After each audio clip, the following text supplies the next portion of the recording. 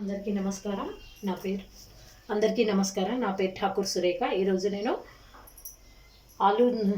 ఆలూతో recipe చూపిస్తున్నాను. చూడండి, శివరాత్రిగా స్పెషల్గా ముందుగా ఇట్లా ఆలూను ముక్కలుగా చేసుకొని కడిగి ఎండబెట్టుకున్నానండి. ఇప్పుడు దీన్ని చూపిస్తున్నాను.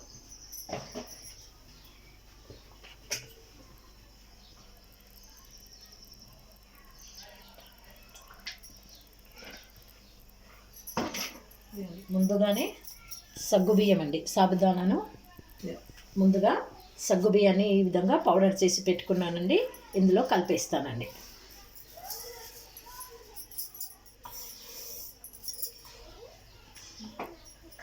దీనికి తగినంత ఉపవాసం ఉప్పు వేస్తున్నానండి. శివరాత్రి చూపిస్తున్నాను కనుక ఇందులో చిల్లీ పౌడర్ ఏది వేయడం లేదండి.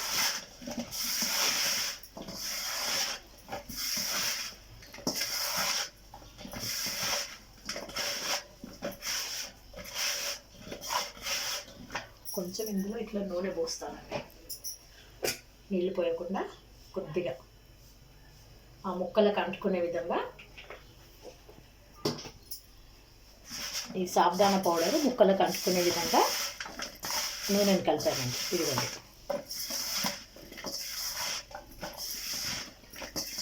ఇందులో చిల్లీ పౌడర్ వేస్తే ఉపవాసానికి పనికిరాదు కదండి, అందుకే వేయడం లేదు.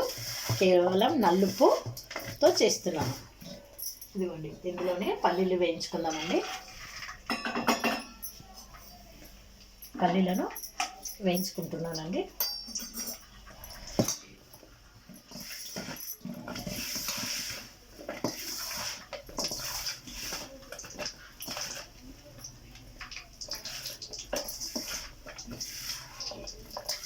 ఈ విధంగా పల్లీలను వేయించి తీసి పెట్టుకున్నానండి. ఇప్పుడు ఇందులోకి చూడండి,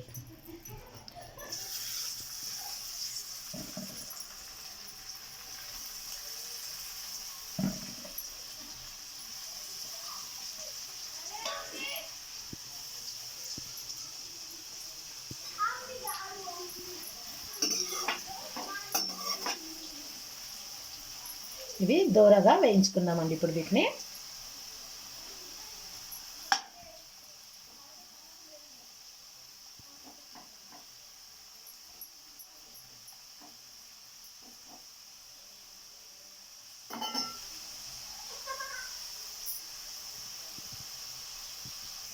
ఈ విధంగా అయిన తర్వాత తీసేసుకుందామండి. ఇంకొన్ని వేసి చూపిస్తాను మీకు.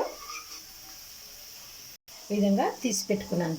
ఈ విధంగా ఇప్పుడు చూడండి, సౌండ్ వస్తుందిగా మీకు.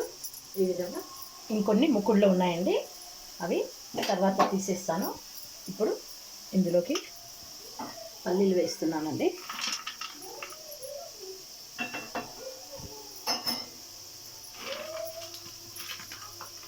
ఒకసారి ఇది చూడండి, ఇదిగో ఇది.